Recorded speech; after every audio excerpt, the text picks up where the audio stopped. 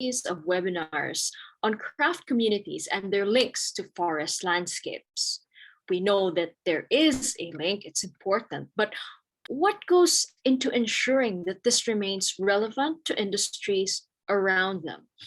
We will be hearing from our craft changemakers about new innovations, best practices, and how they connect with our local and international partners in assessing and providing solutions for common problems found in Philippine craft communities. A quick recap. On day one, we discussed new ways to make our artisanal and heritage craft and the forests which they source from more sustainable. Yesterday, day two, we rediscovered the old weaving practices and the roots and the cultural blueprints embedded in them. Today, we will listen to craft changemakers as they introduce new pathways to livelihood and alternative approaches to empowering communities. This event is organized by the British Council in the Philippines in partnership with the Forest Foundation and supported by the National Museum of the Philippines. Before we start, let's take a quick moment to check in with each other. Let's have a quick engager through a poll question. It's popping up on your screens right now. So when you retire, when you've done everything in your life, would you rather live in the forests or by the ocean? So maybe in some high place where the air is thin and crisp and there's bird calls and quiet, or where the sea meets the shore in a soothing rhythm day in and day out. All right. It's close. We have a very close contender for forest and ocean. We have people who want to go to the forest at 56% and 44% want the ocean. This is very, very relevant. I would say we're a bit spoiled here in Cebu, as one or the other is just an hour or so's ride away from the center of the city. And you could spend a day in one and sleep over in the other. Remember though, that whatever you choose, these places are vital for our indigenous resources and are at risk from climate change and exploitation. So what can we tangibly do about this? Let's go over a few house rules before we begin, because we have a very exciting lineup today. So, number one, make sure your mic remains muted and your camera off during the program. There should be a slash on the icons on the lower left-hand side of your Zoom screen. Number two, the session will be video recorded. By attending this activity, you consent to have your image and comments recorded and or posted on social media. Number three, at the end of this session, we invite everyone to participate. You may ask questions by typing them in the chat box or in the Q&A session of your Zoom screen. Also, join in the conversation by answering polls that will once in a while pop up on your screen, exactly like what you did earlier. All right. And lastly, let's keep an open mind while being respectful to the rest of the participants. All right, let's enjoy the activity. Once again, welcome. Now, our forests are the heart of life. They provide us with everything we need to live, from basic necessities to the mindset it shapes in us, hardware and software, which we hand down culturally. Is it possible to keep forest sustainability in the midst of burgeoning urbanification and consumer needs? Will next generations even understand what a forest is? How do we do damage control and preservation even now? Today's topic will revolve around advanced frameworks of our forest living communities' livelihoods. At the same time, we discuss alternative approaches to empowering them, because empowering them helps preserve the forest and the landscape. I know you are excited for today's discussion. I am. So let's meet our moderator. She is the Enterprise Development and Sustainable Market Specialist of Forest Foundation Philippines. She oversees sustainable livelihood-related projects of the foundation, including the Woven Network's partnership with the British Council, which is the series of webinars that you are in today. And she specializes in social enterprise development and has years of experience on community development, partnership building, and developing market linkages for communities. Everyone, let's welcome Ms. Carissa May Bautista. Good afternoon from Cebu, ma'am. Welcome to the webinar. Yeah, thanks, Kay. Good morning, good afternoon, everyone. How are you today?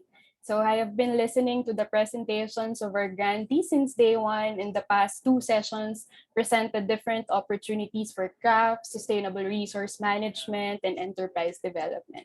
So today, I'm excited to facilitate another meaningful conversation as we hear our last batch of grantees discuss their scoping research. So just a quick guide, the presentation will take 15 minutes. We will hear first from the research proponents who will share their highlights of the scoping results, the learnings of their study, and what's next for their work and their community partners. After that, each of the respective UK collaborators will also present. They will talk about their experience, their learnings and discoveries, as well as their perspective on Philippine crafts communities. And then at the end, we will allot the time for a panel discussion to answer questions. So make sure to chat your questions in the Q&A box. So let's begin. So for our first presenter, we're happy to have Rambi Katrina Lim, originally from the Discovery Group, but she will be sharing her scoping results today. So her research is entitled Palawan Cotton Project, which seeks to examine the feasibility of cotton as one of the sustainable livelihood options for a Tagbanwa community in Napsan, Palawan. So Rambi works as a market and product developer for Happy Weaves Handmade Artisan Handicrafts. She's also the current director of HABI, the Philippine Textile Council. She will be joined by her UK collaborator, Christina Wan, a faculty at SOAS University of London. So let's both welcome on the screen, Rambi and Christina. Hi, Rambi. We also have Alexis. There's Alexis as well. Hi, good morning, afternoon, everyone. Okay, I will be sharing screen.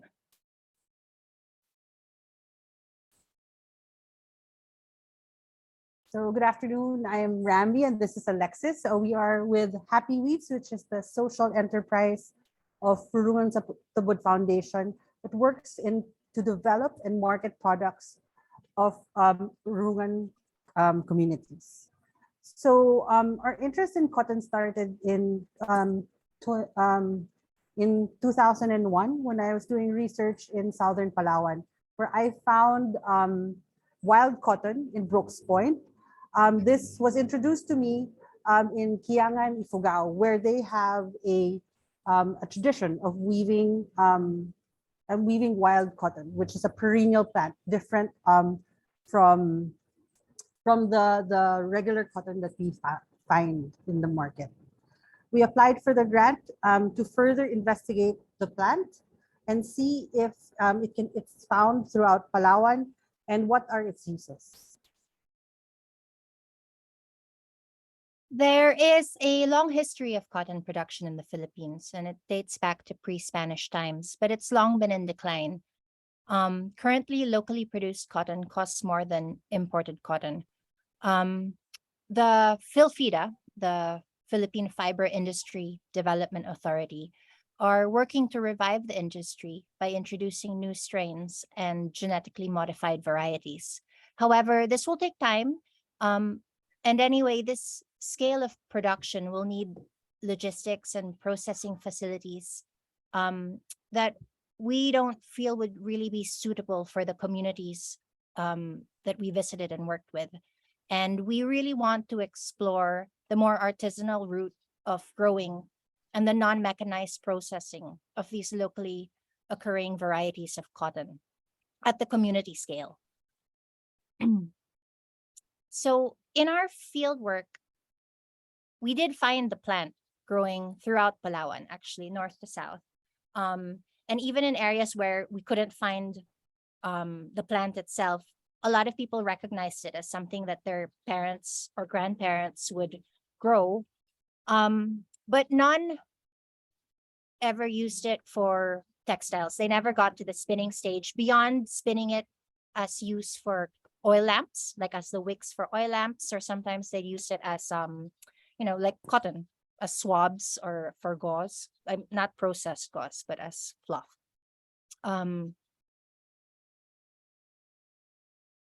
We initially, our goal was to collect enough of the fiber samples so that we could send it to Philfida to do a proper, like a full fiber analysis on the fiber length, which would inform us on the best ways to process it, if it can be mechanically spun or if it has to be hand spun. However, it was a really bad year for weather-wise.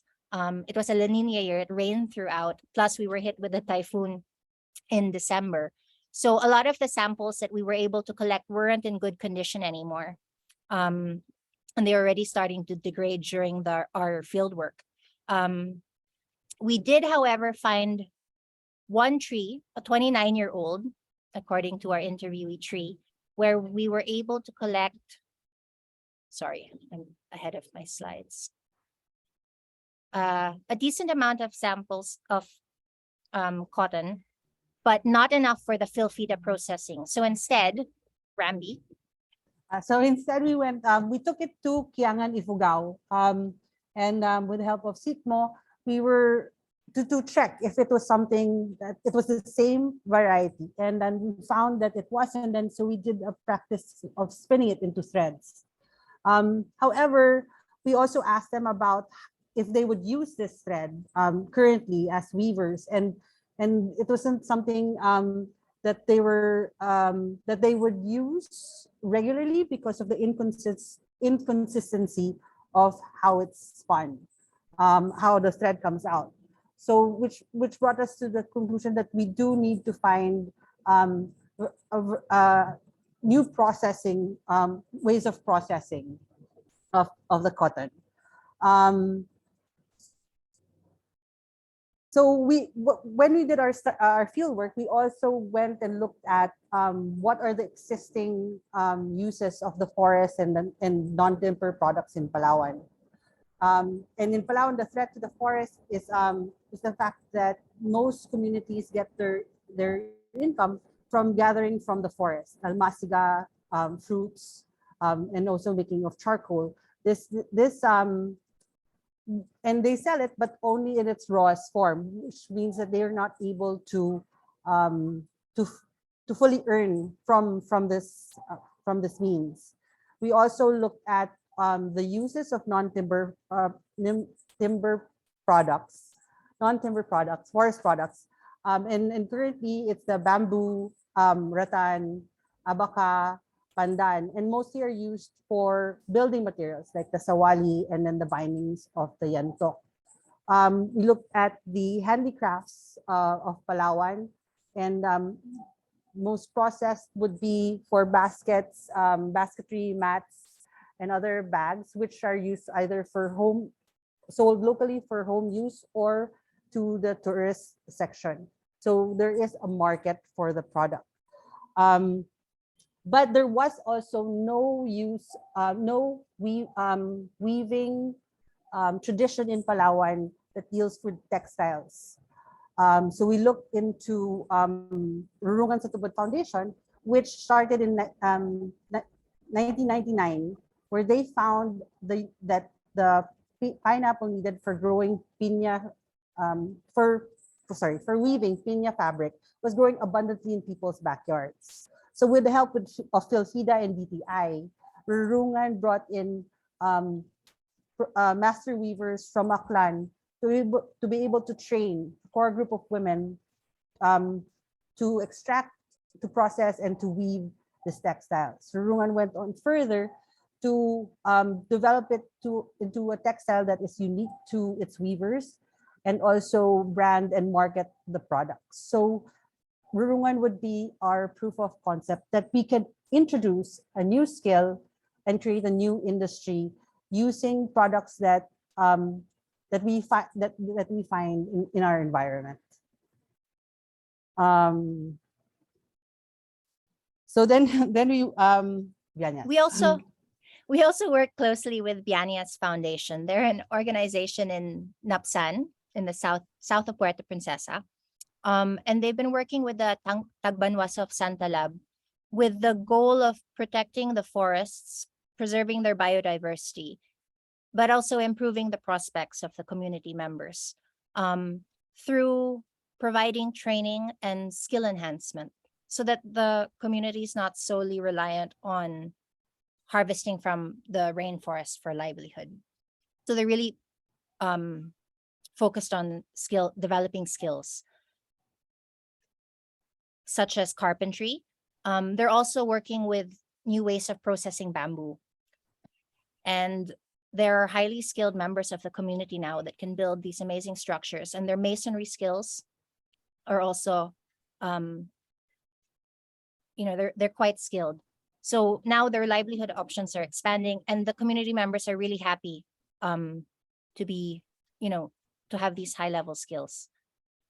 And we think it would be good to work with them because they already have the workshops and the facilities that we'd need if we were to bring in a new skill such as cotton spinning and weaving or others. So that was a very short overview of the research we did.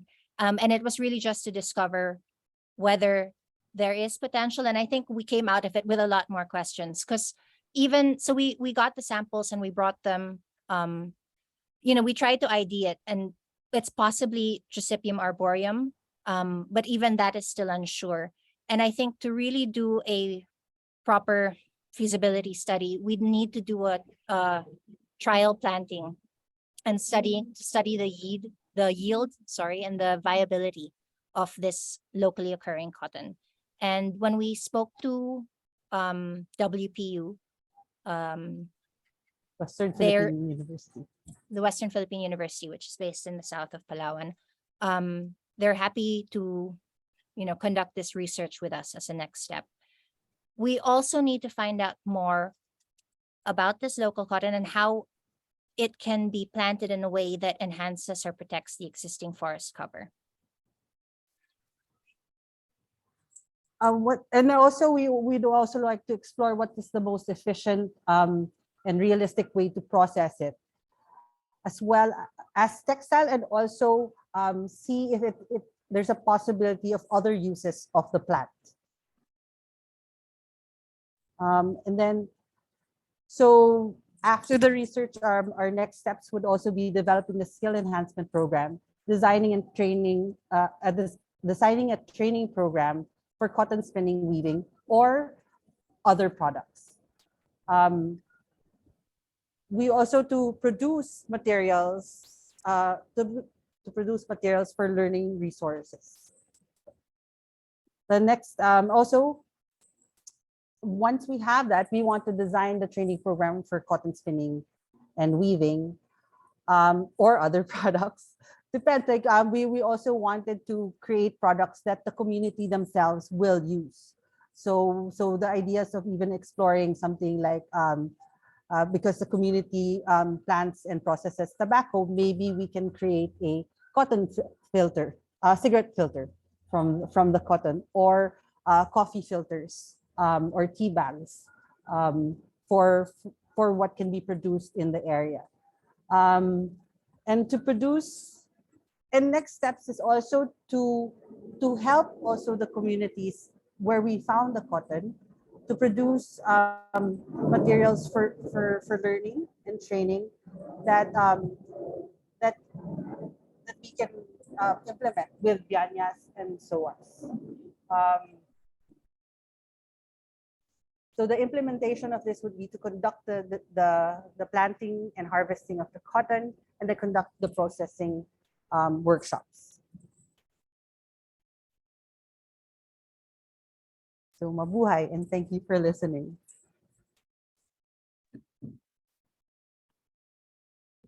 All right, thank you, Alexis and Rambi. Interesting to note how cotton has been long used by communities in various purposes, be it for livelihood or for traditional healing practices. So we look forward to knowing more on the feasibility of production and spinning cotton fibers in Palawan. Yeah, so right now. So let us hear from their UK collaborator, Christina M1, a faculty at SOAS University of London. Hi, Christina. Hi. So good morning and good afternoon. Well, good afternoon to everyone there. So thank you for having me. So it was a real pleasure to work with Rambi and Alexis, although it's been kind of on and off because of but anyway, the team. So this team on the scoping project, for the use of native cotton in Palawan. So, and I do think the project has a lot of potential, which when implemented can serve really as a model for a small scale community-led work where, especially if for my role, where we can use digital archival material as a site, or as a resource for engaging with the community in order to create or to, I guess, engender cultural memories of past usage of the material, and then also kind of future uses. So my role in the project, I am as head of, or the project head of the Philippine Studies at SOAS program. I was tapped by the research group to help them look into developing mapping software and customized content management system for a small-scale digital humanities project that's basically community-led. So next slide.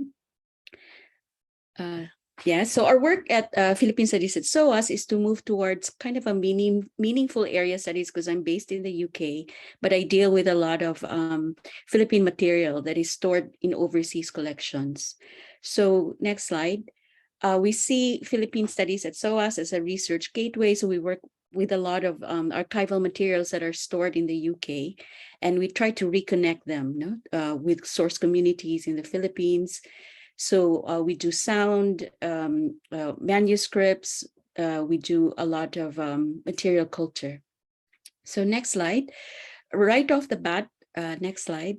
That's just more technical stuff. Next slide. Yes. So right off the bat, when we do a quick search on the mapping site, for example, we found some interesting historical connections to small scale cotton production, in material culture, in objects that are stored in overseas collections. So, especially we looked at domestic uses of cotton and kind of small scale tools that were used.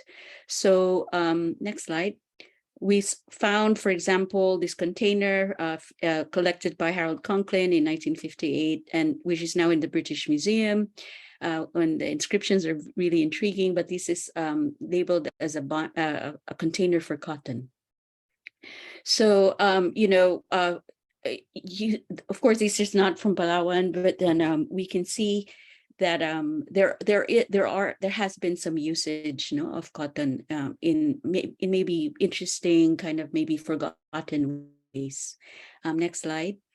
Other materials from the search would be this cotton fluffing bow, again, collected by Conklin, 1958. And then next slide, there are, because the mapping site is an aggregation of all Philippine material culture from globally. So we've also found a lot of other interesting materials that we could study, or we could maybe do digital repatriation with the communities to kind of incite memories, cultural memories of their uses. So these are just materials from the Peabody Museum in Harvard, and there's some, of course, in the British Museum, there's some in the Brooklyn Museum. So these are sort of kind of ethnographic museums that we can tap. And next slide. We also found a lot of materials like this one from Negros that were collected for the 1904 exposition in St. Louis. So, yeah, there's a lot of history, and what we hope to do moving forward is to connect these archival materials, especially with the communities, and figure out maybe domestic uses for them other than spinning, or else spinning with small scale, like small scale production. So so we do this type of reconnecting the archival materials, next slide, with source communities. So we work with these cultural references and bring them to the source communities. And this is an example, for example, of what we did with the Blaan in South Cotabato, which we called a Kastulen, which is a conversation. So it's not like a workshop or anything, but we just bring the archival material and we show it to the community. And we talk a lot about, next slide, ways for the community to use these materials to move forward. So they're very interested, for example, in the dyeing techniques, in the patterns that were there. So this is done in June 2022, where we brought the photos from the Field Museum of Chicago to mat weavers in Malapatan. And yeah, so it was a very interesting kind of process, a very community-led. It was more like a conversation around these objects. So hopefully, and with more resources in the future looking forward, we hope to not only create for the project, maybe geospatial functionalities in a small database to map where the cotton varieties are, but then we can do like documentaries of kind of cultural, referencing archival sources, and then also kind of engagement with the community. So in this way, we kind of generate replicable instances of a meeting between digital archival work and digital learning resources with grounded fieldwork. That's it. Thank you. And oh, sorry, next slide. I have my email if there's anyone who's interested to do similar work. Thanks. All right, thank you, Christina, for your insights and additions on the Cotton Project. I'm pretty sure that new techniques, tools, and approaches will be helpful as Rambi and Alexis continue assessing the potential of cotton moving forward. Yeah, so thanks again to our Cotton Project team. So up next, we present Emmanuel Perlas Andaya with her project, Catalyzing the Recovery of the Culture and Forest-Linked Community Livelihoods of Hinabol Weavers of Bukidnon through a Forest Harvest Collective Mark and complementary marketing strategies in the new normal. So Nola has worked as a consultant in the Philippines and Southeast Asia on sustainable livelihoods for indigenous and forest-dependent based on non-timber forest products, including crafts. She is a co-founder and board member of the Custom Made Crafts Center, a social venture that helps indigenous community partners promote their products. So she will be joined by Eileen Brindle, a designer and marketing consultant at World Fair Trade Organization. So unfortunately, she cannot be here in person, but has recorded her insights for us. So let's give a virtual clap for Nola and Eileen. Hi, Nola. Hi, Carissa. Thank you very much for the introduction, and good afternoon and good morning, everyone. So my study focused on the strategy development for the recovery of the culture and forest-linked livelihood of the Higaunon women from Bukidnon. So I'm excited to be sharing with you their story and the strategies that they have defined to recover their weaving enterprise. So let me share my screen.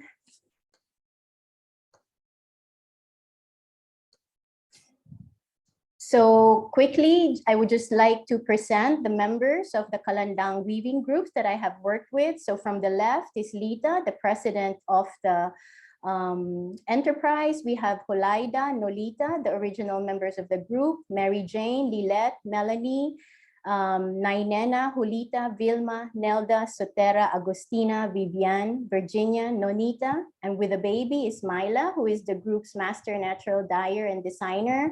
Christina, the youngest member of the group, Irene, who is a teacher, and though late, is now learning how to weave from her mother, and of course, Nainena, Luisa, the mom of Christina. So this is the Kalandang weaving group, and they are the proud weavers of the Hinabol, an Abaca-based textile. The Hinabol is traditionally given as gifts to community guests and during cultural events like weddings, festivals, and rituals by the Higaunon community. And the namesake of the group, Kalandang, which means peace in the Binukid language, draws from the traditional role of the weave given as a peace offering during tribal and personal conflicts. The hinabol is considered as a very important and valuable cultural material in the Higaunon, as it is able to save a life or pay for sins. For the women and the community of the Higaunon, hinabol weaving is an important part of the portfolio or diversified livelihood of a Higaunon household, and its importance is reflected in the space allotted for it, whether within the small living space or here in the upper left corner, you see a photo where we see a designated space solely dedicated for weaving. So you have the house and then you have the shed for weaving. And the women also recognize that by making a living out of the abaca, the plant that looks like a banana plant on the lower left-hand side, which doesn't require forest clearing to cultivate, instead of other agricultural crops that require an open area, they are contributing to the protection of their forests. Continuity of culture is also an essential function of hinabol weaving. And as they continue to weave, traditional practices in rituals, weddings, and gift giving are also sustained.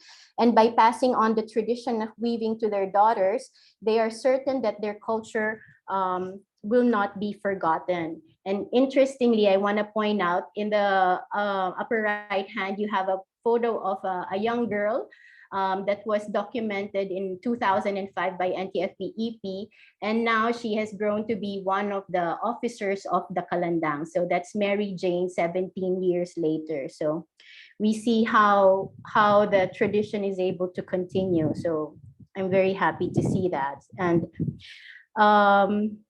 yeah, and also the weavers see their hinabol, which is able to reach far places and other countries. They see it as an ambassador of the community that let other people know about their culture and how their community protect their forests and ancestral domain.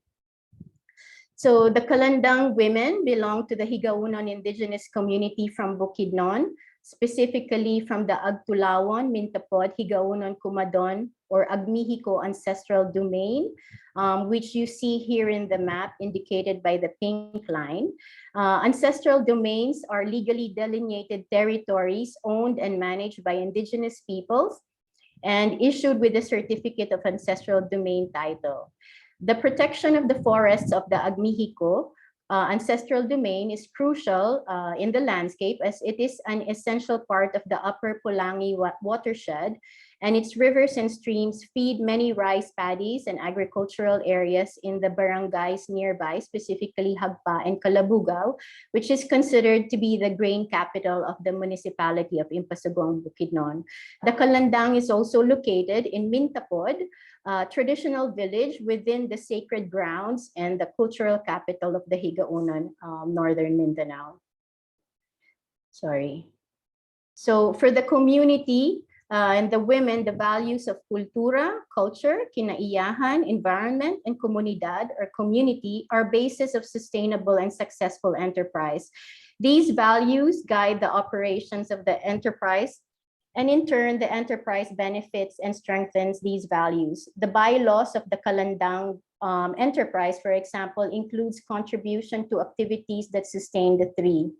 The women and the community emphasize the importance of culture, which is their identity and provides them with a unique product, and which they see is the glue that keeps them united, and on which is rooted and anchored the value of protecting their environment.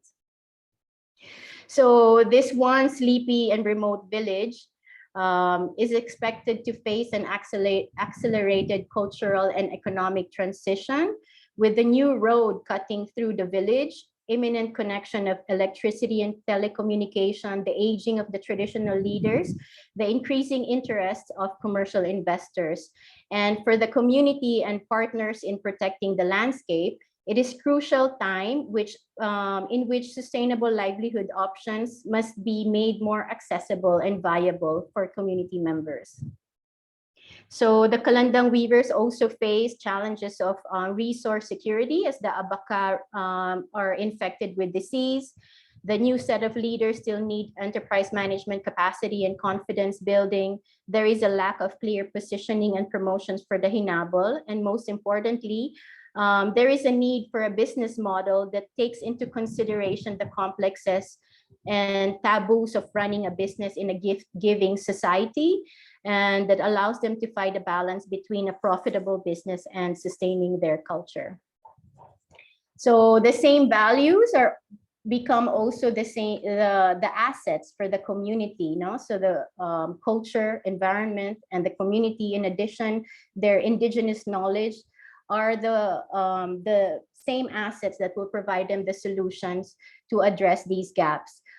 Culture and traditional knowledge offers the Higaunon a rich resource for sustainable livelihoods, as well as a means to make sense and define their own way of entrepreneurship. So one example is a belief of the Higaunon called the pamamahandi, that includes the concept of improving economic situation to be able to help others.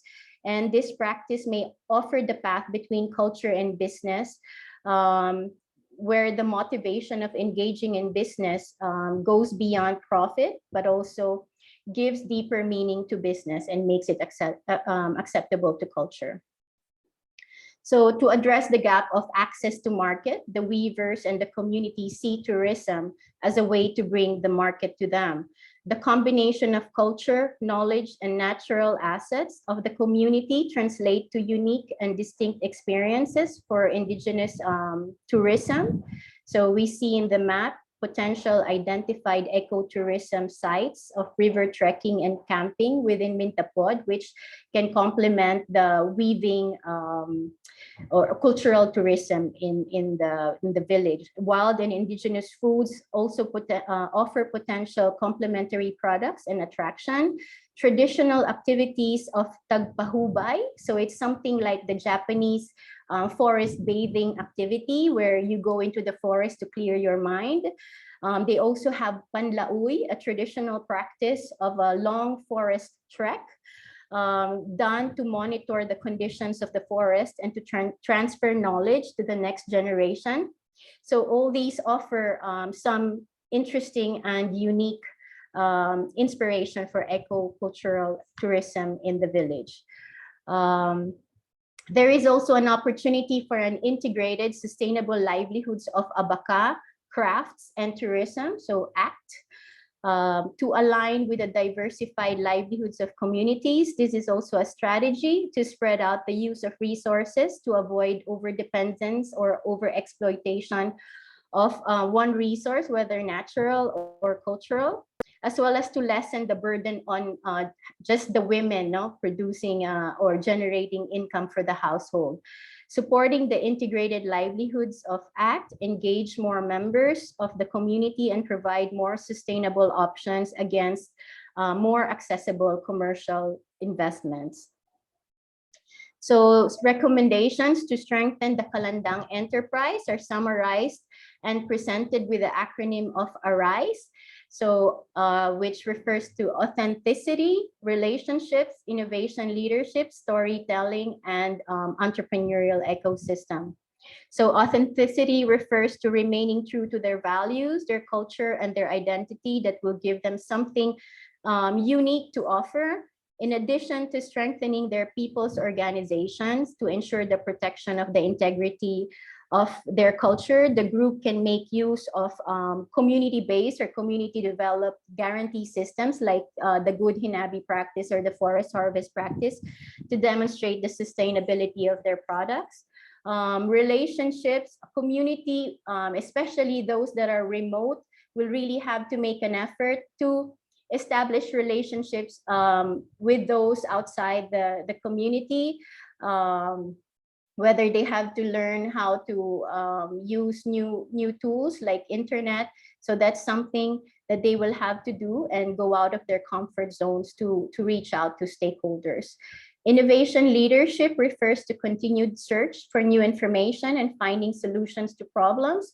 And it's not only applied to designs or products, but also to processes and business models and mechanisms that will allow them, an indigenous enterprise, to navigate between business and culture. One activity would be the collaboration between the community and place-based research institutions for action research, um, to identify new business models, or identify new business models that are appropriate to their situation. Then storytelling. So we know that storytelling has become one of the most valuable and powerful strategies, not just for marketing, but also for sustaining an enterprise. And the kalandang and weaving so you see in the photo, the weaver standing in front of an old building. So this, they envision to become their kalandang weaving center, where they hope to be able to directly tell their own stories about their own community and their hinabol. And finally, there needs to be an entrepreneurial ecosystem, which is a place-based long-term set of enabling and support system for enterprise development and growth that is specific to the needs of indigenous enterprises. So there are already various initiatives, but they just need to be linked for a larger impact. So some existing initiatives include the Bukidnon State University with their extension programs for MSMEs, the Pamulaan IP-led and ICCA Bukluran IP Academy that have specific programs for indigenous entrepreneurship. And there is also interest from government agencies like the Department of Tourism and the Department of Trade and Industry. So just quickly, the insights from the scoping studies. The scoping study, I think it was interesting because it gave me an opportunity to like step back and zoom out and see the role of weaving, not just a weaving enterprise, but within the context of a portfolio livelihood of a household, and the distribution of responsibility among the members, and the enterprise as a sustainable livelihood option within an ancestral domain and forest landscape. So there were many learnings, but just to highlight three that I would like to share is the specificity of remote and rural indigenous enterprises that requires appropriate entrepreneurial ecosystems, the strategic role of place-based universities in co-building knowledge on indigenous enterprises and entrepreneurial ecosystems, and designing appropriate support programs for them that will be more effective. And finally, a long-term perspective on sustaining and managing ancestral domains and forest landscapes require investments in leadership and economic stability of inhabitants, especially the new generation of leaders. So for the priorities and next steps is the organizational strengthening and fundraising to support the identified strategies, the development of the Kalandang Weaving Center, so the renovation of this old weaving house, and the pilot of ecotourism in identified sites. So we look to the British Council and the Forest Foundation with the hopes that they will help in sustaining the momentum that was started by the scoping study. So thank you very much for listening. Yes, yes, thanks, Nola. Now let's hear first from Eileen, her UK collaborator. Hello, my name is Eileen Brindle. I am British and I'm based in the north of England in Yorkshire. I am a design and marketing consultant primarily, offering services and support to the artisan SME sector, particularly in developing countries. I have a long history of working in the crafts and textile sector all over the world, but including the Philippines, mainly, as I say, working with SMEs, international development agencies, charities, exporters, importers, artisans, designers, etc. I am a textile designer graduate myself, but I have lent my skills and experience to many different product areas and also many different types and natures of organisations, but mainly, as I say, within the international development sector. On this particular project, I have been working with the UK collaborator, working with grantee Emmanuel Ndaya, or also known as NOLA, for the scoping study looking at working with forest-based communities and linked livelihoods for Hinnebol weavers. Nola and I had the benefit of working together before, over a decade ago, where we worked with a few of the different stakeholders also involved in this project, CMCC and NTFP, and working with Tanarlak weavers in Mindanao.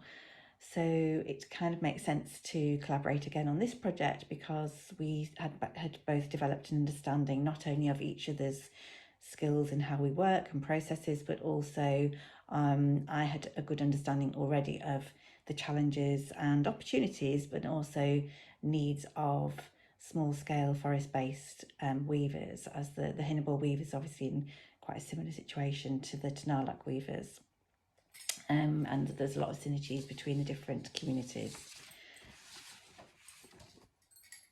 So from the outset, planning this project, NOLA and also some of the other stakeholders we were involved in a planning discussion at the very beginning, and we all agreed that the approach had to be very holistic to really look at, and a scoping study obviously is looking at all the different elements from the challenges, needs, expectations really of the communities, and then from my side it was really looking at where the market potential might be and how to realise some of those expectations in terms of impact and business development coming from the project and also from the artisans themselves. So yes, it really, the scoping study had to look at all those different elements, looking at just the textile skills, the natural materials, the technology, but also the limitations in terms of infrastructure and communication. So for this, I was able to offer, obviously, my insight from the previous experience entering the market for Tanarlak fabrics, but also what was, I think, really useful was the more up-to-date experience from the project that I've just completed with the International Trade Centre, ITC, in Bhutan, where we're working with similarly remote weaving communities, looking to access the market more internationally. And what I was able to offer is the different tools that we developed to be able to do that. There was obviously the common aspect that they are so remote and they have very similar basic technical skills, but incredibly talented in terms of their weaving skills, and also the informal nature of production. I mean, one of the main USPs really with the Bhutan project was not only the beauty of the product and the talent of the artisans, but also the story behind it. And I think that this was the point that I was making in this scoping study, as obviously my remit was to really look at market positioning and market opportunity. I think that the story behind the product is going to be something that's going to be very, very important for the Kalandang weavers, as they also have a very important and strong story to tell. And the story can be told more impactfully, not just through words, but through the very use of very good, strong imagery from the actual communities themselves, but also in the use of simple branding and storylines and straplines which really convey the story behind the product. And these are elements which can be used to engage with wider markets, because they're used to engaging in that kind of way. And this is something that I would like to get more involved in when the project continues, to be able to kind of guide them on how to do that positioning. However, if the weavers and the SMEs supporting them and the exporters supporting them and the various stakeholders are to be successful in entering the market, one of the big points that I always also raised throughout the project was the need to be have a good logistical supply chain. And this is going to be one of the big challenges I think faced with the information that's come out of this scoping study, is not only the fragility of the raw materials because of the abaca being affected by disease, but also the fragility of the communities themselves. And the scoping study really developed understanding of those infrastructures, and also the interactions between the different stakeholders, which has been really important. And also the changing situation of new communication, so Wi-Fi signals, roads, and all the pros that brings, but also all the cons, and how that can really affect the journey that this project is taking. So I think it's kind of measuring all of that against the expectations of the weavers, and where they want to go with this, and how they want to develop their weaving skills as a business that can be successful and sustainable. And so it's really about making sure that all of those things are in a row, making sure that all the people involved can supply a product at the right price, at the right quality, at the right time, and the right timing to the right market. And it has to be done, I think, in a very measured and a very slow way, to make sure that things don't run too fast or too slow for the communities themselves. And then supporting them with the logistical inputs, really, about getting that product to market and getting it to the right markets. And it's not about selling a product to all and everyone, it's about finding those niche markets that really appreciate the beauty of the product and the beauty of the story. And again, that's something that I would like to continue to help this project with. So it's not also about recreating the wheel, it's about building from a product point of view, it's about building on the strengths. It's looking what's traditionally are these weavers used to making, how can that be maybe worked with or adapted very slightly to give it more market appeal, and then tell the story around that. And that's going to be the way to do it, but also to do it in, as I said, a very clever, measured way, so that the price is right, that it's a fair price for the communities who are making these products, but it also makes sense in the market, and also that that it can be supplied with knowing the capacity that's in place, knowing the lead times, and making sure that it's profitable to all, and making sure it can be positioned in the market with the right customers. So I hope that's a little bit of insight. It's been wonderful to be involved, and obviously it's only the start because it's a scoping study, but the very thorough approach that this scoping study has taken, I think, will really, really benefit all the stakeholders, because all of this has to be taken into consideration to really develop the market sustainably. Sorry not to be with you. I hope that the seminar goes well. Take care, and hope you found that useful. Bye from Yorkshire.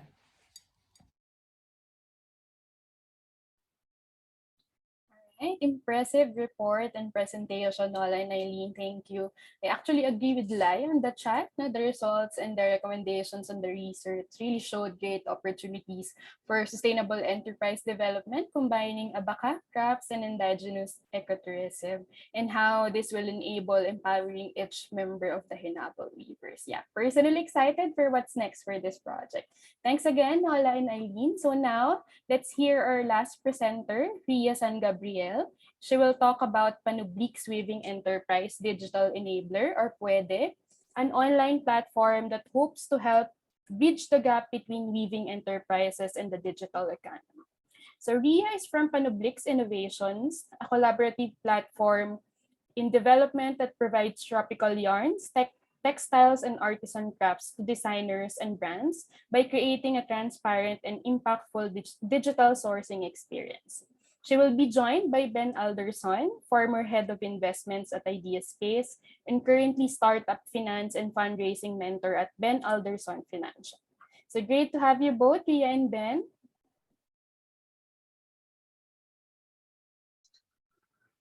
Hi there, everybody.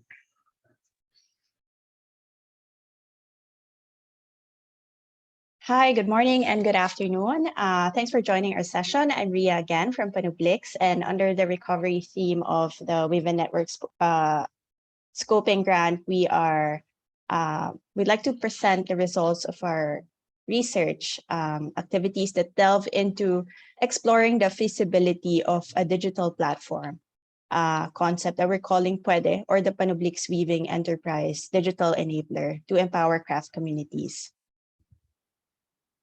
So a bit about us. We're founded in Iloilo City, and we've been connecting different weaving communities in Western Visayas with Philippine tropical yarns to replace fossil fuel produced polyester and onboard the enterprises onto the digital economy so they can access international markets and co-design with sustainability-driven designers. So for us, the designers are at the intersection and have a huge influence in shifting both the producers and consumers towards sustainability. It's a challenge for designers if they don't have direct contact to communities.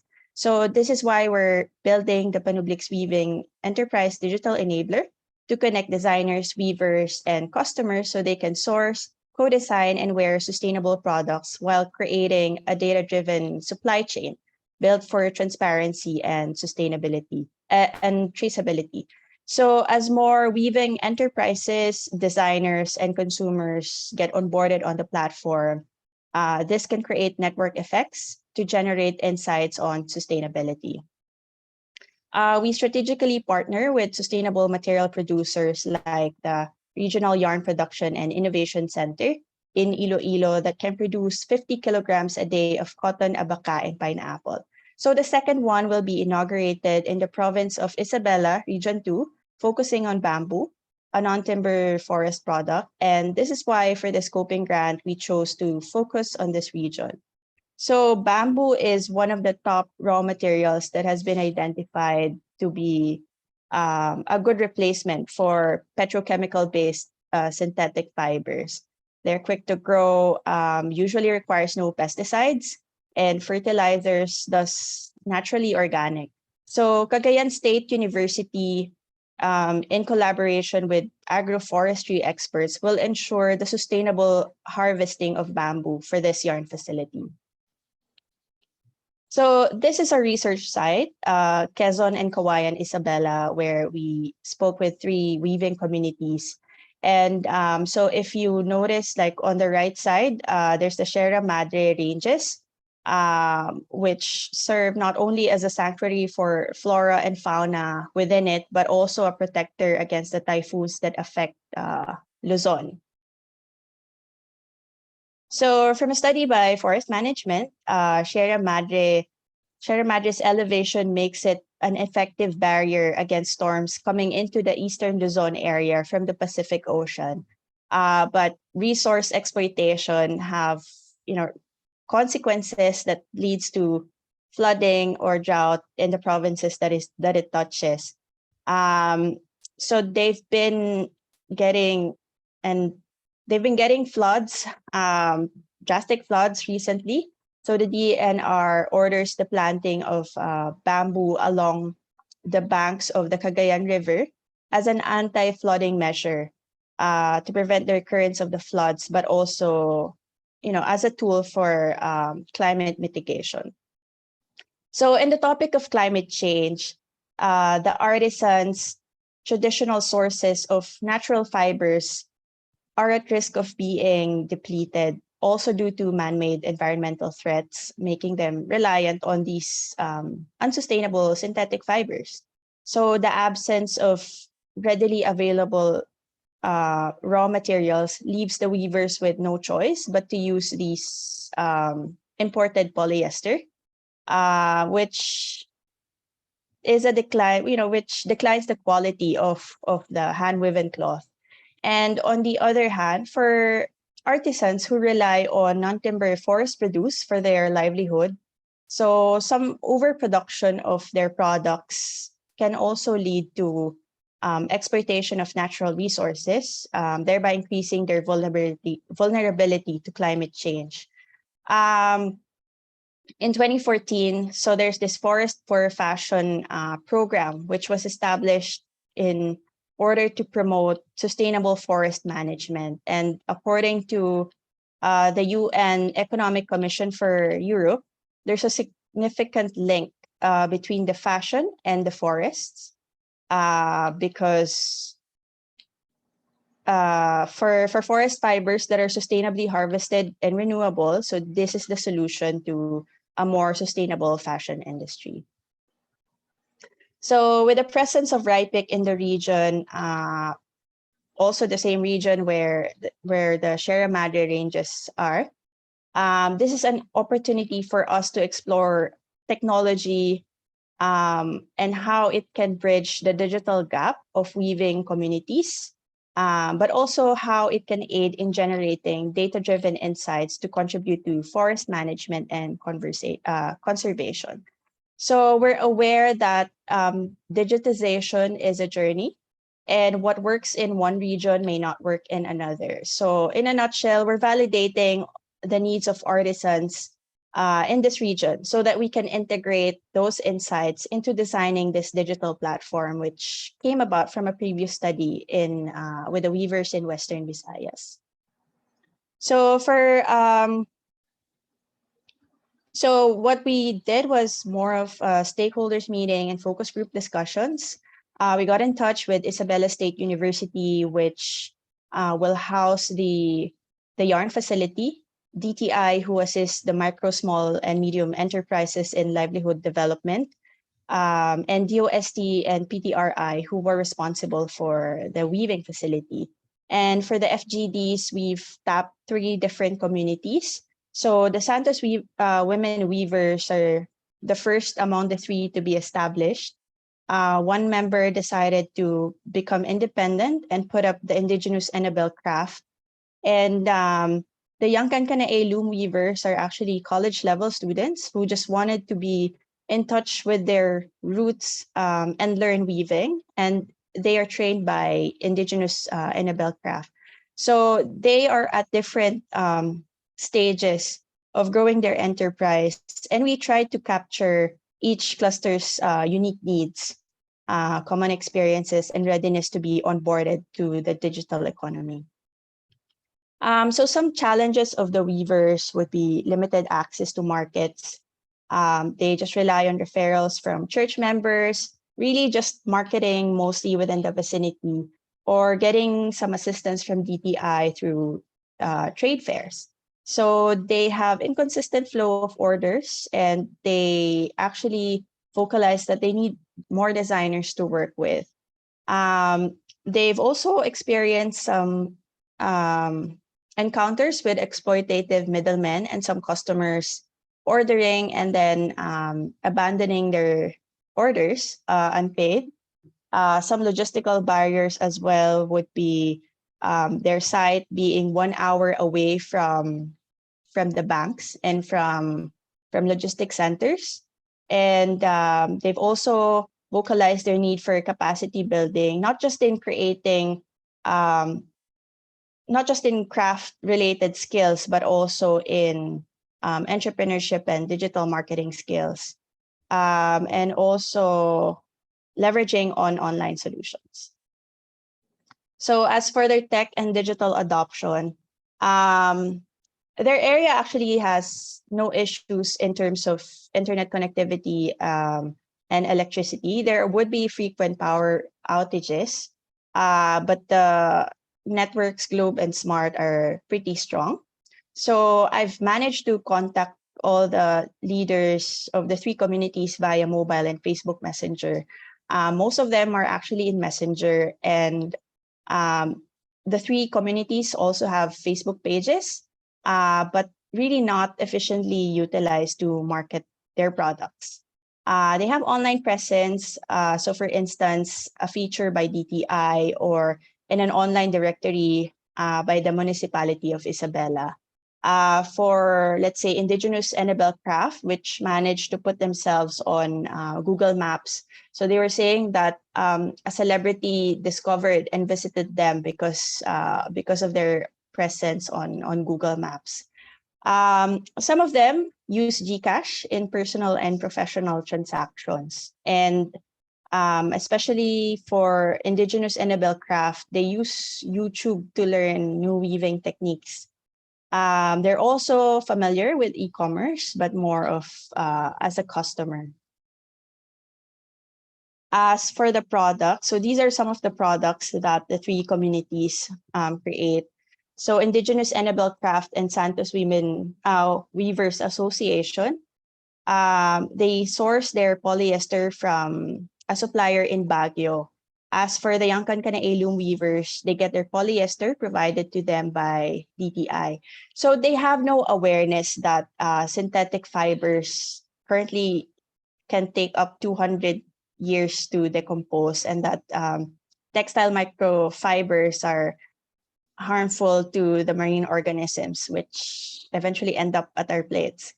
So the consciousness of any environmental impact of their livelihood was not very present, since their usual customers are not really looking for it. So they don't demand sustainability in terms of the regular customers that they get to interface.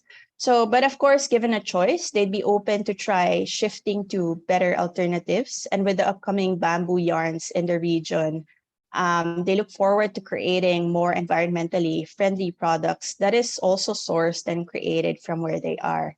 Other than the environmental benefits, another thing that made them keen is the opportunity that their products can reach places like Europe if they switch to using more eco-friendly materials.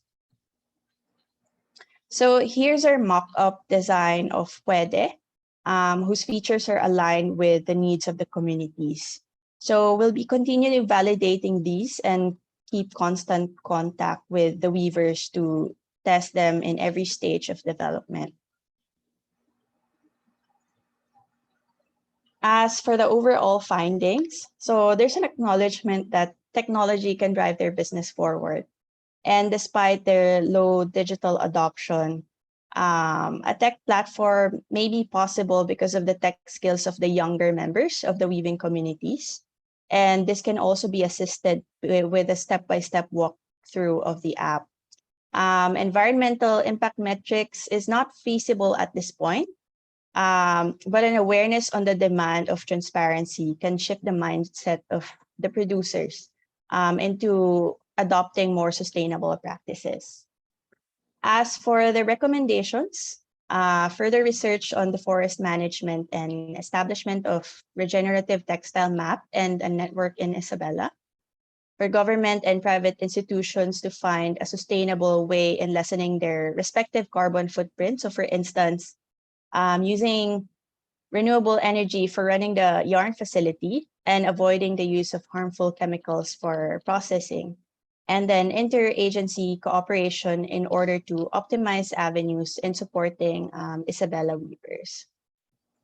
So together with me is our startup mentor, Ben Alderson, who will share his insights from these activities.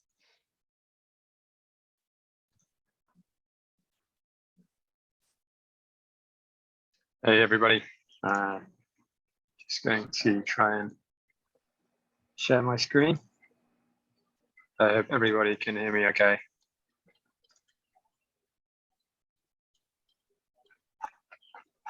Yeah.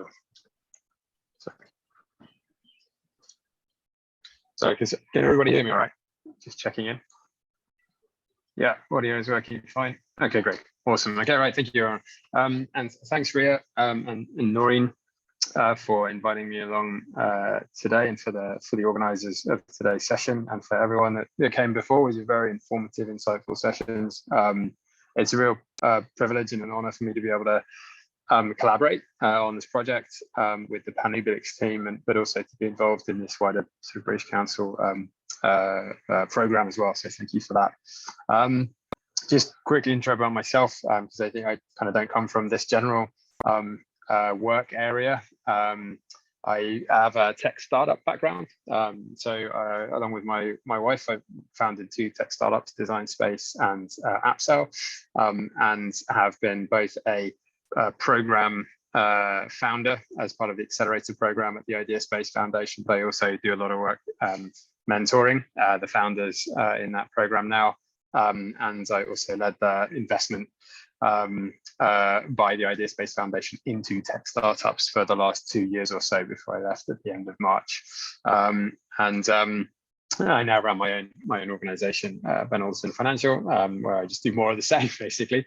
It's always special when I can get involved with social impact startups and try to have a really positive impact on the Philippines community. So my particular motivation for supporting Panublix, I think most people are aware, on the planet are pretty aware of the negative impact of carbon emissions. I think Netflix and other entertainment shows have done a pretty good job on raising awareness for things like the negative impacts of meat consumption and methane emittance, etc. But I think that's one of the areas which really isn't so widely understood by the average person on the street is the world of fast fashion and the impact that the fast fashion industry has on the negative impact the fast fashion industry has on the planet. So that was why I really wanted to get involved and help these guys out. As we've said, as Ria mentioned, and as I mentioned, my sort of expertise is really is really in tech startup growth. And whilst Panublix deals with obviously a lot of physical product in the weave and clothing and materials space. They are, as I think most people are aware, they are working on a tech platform with the objective of connecting all the stakeholders of the industry on a central in a central space. So talking about weavers, designers, and end consumers, connecting them so as to try to streamline and strengthen the supply chain that Emmanuel and the other people have talked about earlier on this call and the fragilities there. But something that we realized quite early on in our discussions was that compared to other platforms that link the customer and the supplier, there is a different challenge here. So if we look at Uber and Grab, they are linking riders with drivers. And if we look at Airbnb, I think we know they are linking homeowners with stayers, hosts with stayers, and Panublix, we know, are linking weavers with their end customers. But whereas platforms like Uber and Grab and Airbnb have plenty of riders and drivers and homeowners that want to monetize and the main focus and the main challenge of that is attracting customers in order to pay for these things. The Panublix team and myself think that with Panublix, the key challenge is really on the other side, and that is that there's plenty of customers out there that are realizing, both domestically in the Philippines, also throughout Europe, especially, that are realizing that it would be highly beneficial to turn to more sustainable and community building sources of materials for the fashion and textiles industry. So there's plenty of customer demand out there. The challenge is in consolidating the supply, and that is the weavers that are located. So I was waiting for my slides to catch up. The weavers that are located throughout the Philippines, and so the premise of this or one of the key objectives of this of the study that the Panublix team undertook was to understand how can Puede, the Panublix platform, play a key role in strengthening the supply chain and connecting the various stakeholders that need to be connected. As I just sum up a few key points from Ria, as Ria mentioned, the good news is that you've got 24/7 connectivity, although you do have to battle the power outages, but fundamentally Wi-Fi and connectivity seem to be available in the communities that were included in the study. Community members have use and have Facebook accounts, also use other technologies like Shopee, Lazada, and Gcash. So we know that there is a reasonably mature level of understanding and the potential to use technology applications. And they have verbally agreed and confirmed with the team that they're open to adapting to and adopting the new Panublix technology. And so what does that mean? What does that mean for sort of next steps, as it were? What it means the Panubix team really need to focus on the UI and the UX of the Puede platform. So for those people that haven't heard of those terms before, that's the user interface and the user experience. Because what we look for in the tech startup world, ideally, in order to help a tech application to grow and to be adopted by many people as quickly as possible, in order to help the communities it serves, is for standardization wherever possible. It's difficult to continue tweaking, changing, and improving a website or a mobile app when you're trying to get it used by large numbers of people throughout the country. You need to focus on coming up with a design that means that any weaver in any community anywhere around the Philippines can use the features of the platform and can use them to improve the business or their entrepreneurial capability. So really focusing on whether or not 100% standardization is possible with one platform meeting the needs of all weavers and weaving communities. And then, as others again have mentioned on this call already, training programs and collaborations to ensure that both the quality of the product, but also their understanding of technology is increasing at the same pace as we are strengthening the supply chain. So that's it for me. I keep it short and sweet, but I just wanted to let you know what we've been working on together as a team. And thanks again, everybody, for having me on the call today and for this program. It's clearly doing a lot of great good for the communities throughout the Philippines. Thank you. All right, thanks, Ria and Ben. This study is indeed timely. Given the shift of consumers to online platforms, there's a strong need to build capacities of our MSMEs and forest-based enterprises on how they can adapt to digitization. Also, the increased awareness of consumers to sustainable fashion possesses opportunities for a shift into more regenerative fibers and textiles. So we heard great presentations from our speakers. So I know you have a lot of questions and we will try to answer them during our question and answer. So before I start, let's invite all our speakers back on screen and perhaps request them to open their cameras.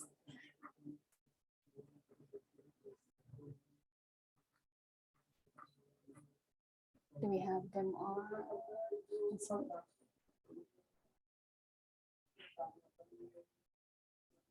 All right, I think I see them on. Hi, everyone.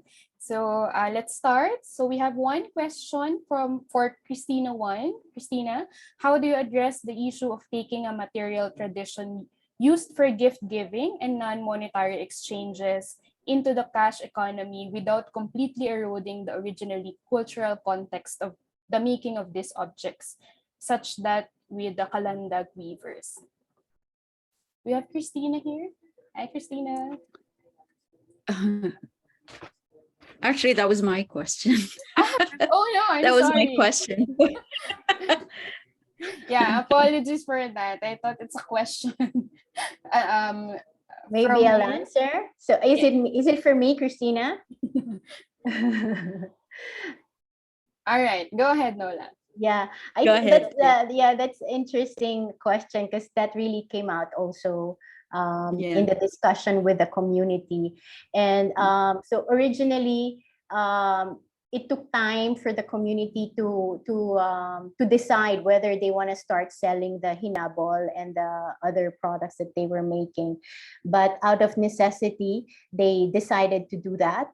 But so in the discussion was, as long as that they are how do you say, allotting some hinabol to continue the gift giving, that the selling would not impede the traditional practice, then it is okay. But yeah, it's a problem right now, because with economic needs, so the weavers are starting to think, do I give it? Because the traditional leaders would like ask them so that they can gift it to the guests. So the weaver would have like a dilemma: do I give it or do I sell it? No? So yeah, that's one of the important discussions within the community. And for the weavers of the Kalandang, for them, it's important that they are able to support the cultural, the traditional practices, because it's what gives meaning to their product. Otherwise, it would just become an ordinary product. Yeah. Yeah, that's a really yeah, that's a really a big issue, no, among to try to create to keep the context, the cultural context that those objects were made, but then also push it towards more livelihood. Yeah. Thank you. That's Thank great. you, Christina. All right, so thanks, Nolan. Thanks, Christina. So we have another question from our audience. This is for our researchers. So our would want to know how you're able to collaborate with the specific UK stakeholders you worked with, and how can you share with us your experience, especially in terms of product development, innovation, and market study? Who would like to answer first? Perhaps we can hear from Ria. Hi, Ria. Hi. Yeah, actually with Ben, he's been our mentor for the startup, even before we joined the Women Networks. So it's also, I guess, special for us that he was able to see our development from, like the stages that we've gone through. And so we're still building our product. It's forever, at some point, of course, we have to release it, but these research helps in terms of pivoting towards creating the right product that our users would benefit the most. Maybe Ben has something to add.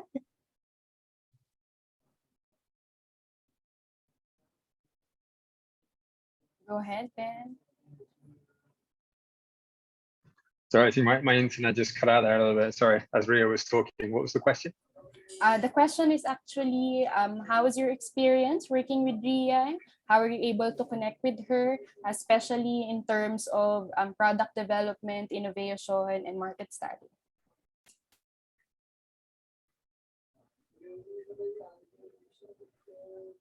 Oh, I think Ben's connection is quite unstable right now.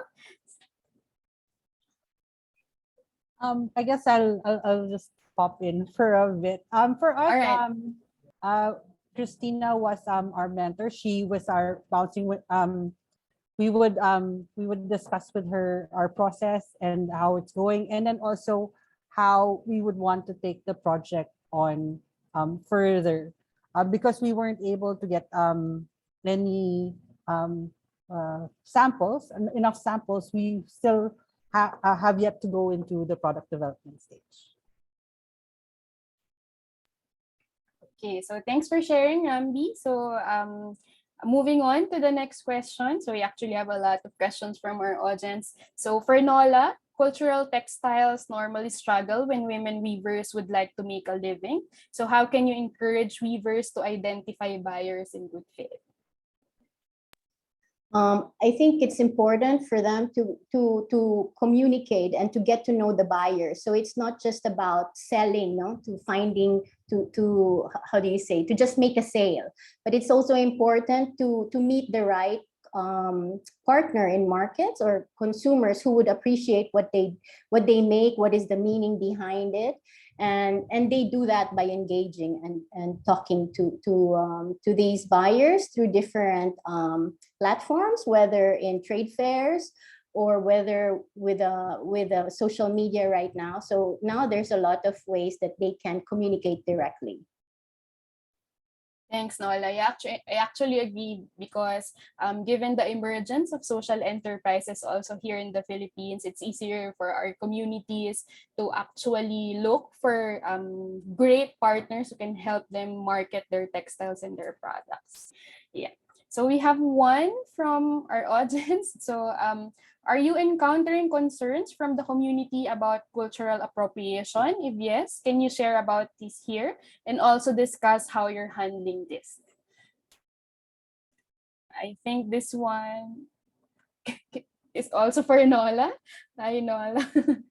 I think it's very important that well, I think Associate Professor Caraga already wrote some articles about this on how to use the traditional textiles appropriately. I think what is important is first to understand what the textile is, what it's used, and to how do you say, to assign it to the right group, because sometimes people wear costumes and then they say, ah, this is coming from this place and this place. No? So I think first the recognition of which community owns that that traditional craft, and also to understand what it's traditionally used for and whether your new application would match or would maintain the respect for this traditional textile. So yeah, so one example, the usual example is the Tiboli hinabol, Tiboli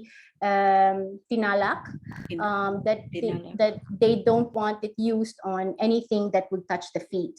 So whether on shoes or whether on flooring or rugs or something like that. So as long as you understand that and respect that, then I think you should be okay. Great. Yeah. Thanks again, Nola. So we have a question for Rambi. So for cotton to become a sustainable livelihood option for the Tagbanwa community, what do you think are the criteria or indicators that we need to consider to ensure success? So how hard naman, but so for us, our indicators at the moment is there interest in possibly creating a product. The other indicators is if we're able to propagate enough plants to be able to have a proper yield. And we are also looking at what possible products to come out of the plant. I mean, of course, for us to make it into textile, which is traditionally done in elsewhere, would be it would be the product that's clearer. But we also want to explore how the textile or whatever product that we create with them would benefit their lives. Because at the moment, if we do textiles, and it will be completely hand woven, it may not be affordable to the makers. So we're also looking at how to create products that complement what they're already doing in the area. Yeah, thanks, Rambi. Actually, there's a related question to that. So another one from our audience asked, wait, let me just go back. So what do you think were the challenges experienced or will be experienced by the weaving communities or the communities in general when they decide to plant their own cotton, especially when they are used to purchase their own yarns? For us, they don't weave textiles yet. So it's not a factor. But for other areas where they do plant cotton, it would be the ability to create actually a product from one area. So a singular source, and it would be the development of the end product that would be able to help them sell it properly. I think that would be an indicator of success, and that's why we're also looking. We're not. We want to explore other uses of it. Yeah, thanks, Rambi. Yeah, I think the feasibility or the feasibility of introducing new products or commodities to the communities will actually depend also on the skill sets or capital assets that they have, their previous experiences, and also their the relation of the livelihood or the enterprise to their culture. So I think we have one last question. This will be for Ria. So the pandemic has somehow changed the buying behaviors of our consumers, and there has been a huge shift on online shopping and e-commerce. So with these developments, how can we help our forest-dependent communities embrace the digital economy and be technology ready? Yes, actually for that one, in terms of technology adoption, So it comes in phases. And I get that not all communities are ready for tech adoption, but we have other agencies that can assist on that. So for instance, for Indigenous communities, we can definitely tap and consult with the National Commission on Indigenous People, or the DICT, Department of ICT, because they have digital programs as well for communities. So I guess in terms of training, it all doesn't have to come from us. We'd love to create and provide feedback on what we think the community needs, but we could also harness other partners in terms of helping the others to get into the digital economy. All right, so thanks, Ria. So we actually have more interesting questions in the Q&A box, but just make sure to drop them in the chat, so our speakers, if not now, can answer your questions, as well as the British Council. Just continue dropping questions in the chat and we will respond via email, because that's all the time that we have for the discussion and the question and answer. Thanks again for our researchers and their UK collaborators. So I'll hand you back to Kay. Hi, Kay. Hello. Thank you, Carissa, for facilitating the discussion and for your insight. And thank you to everyone who presented. It was absolutely interesting. I would like to encourage the audience to please send in your questions. The team will collate it. And if you want to address it to a particular researcher or team, please do so. We will do our best to have them answered, because I feel that this is absolutely very important for our culture and for the preservation of the cultural DNA found in these weavings and these forest resources. So let's do a quick poll to gather feedback for today's presentation. So after all of that, how do you feel? Are you excited? Are you happy? Was it validating for you? Do you feel neutral? Like, that's a lot of information, you're still processing it. Are you a bit confused? Does it run against what you thought you already know?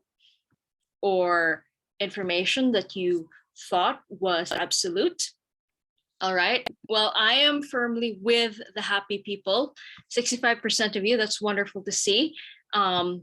Because I am very happy to hear about new strains being revived and new ways of weaving that are finding its way to relevant and modern fashion. No, maybe a linkage with the Fashion Society of the Philippines would be a very, very good thing. Vogue Philippines recently launched.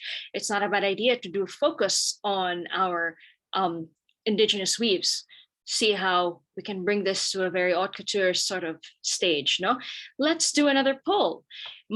That's yours, ours, knowledge of sustainability and forest management has improved through the webinar. Do you strongly agree? Do you agree? Need a little bit more information? A little undecided? Do you disagree? It's still very cloudy to you?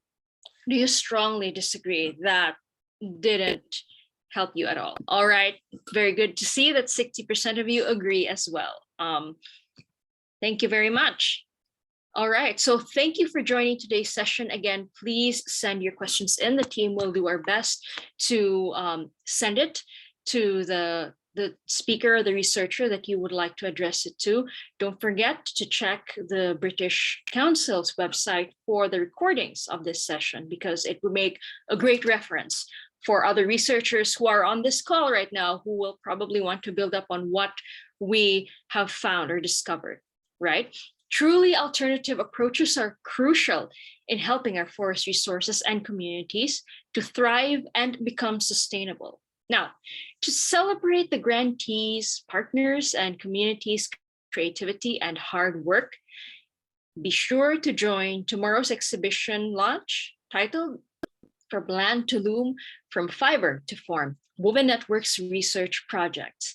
We're excited to have youth, educators, and foresters share their perspectives on the forests and crafts in the Philippines. This is interdisciplinary and inter-industry. So it's a cross-pollination. It's very interesting to see. Just a few reminders. Again, if you want to review the research and studies presented in the sharing sessions, they are accessible at the British Council website from the 2nd of September onwards. It will be archived there for your reference. I know that there are academics and researchers in this call as well, so that would be a very great jump off point. No? In the meantime, you may email us for inquiries through maryann.palacio@britishcouncil.org.ph. The email address is in the screen in front of you, so take note of that or screen grab it. We will also be sharing session recordings and other resources on the British Council website. So be sure to follow British Council social media channels at PHBritish on Facebook, Twitter, and Instagram, and use the hashtags Woven Networks, Crafting Futures, and Let's Grow Together if you want to post about this event. Once again, this is Kay, and thank you for joining us today. I would like to see you all tomorrow. Bye.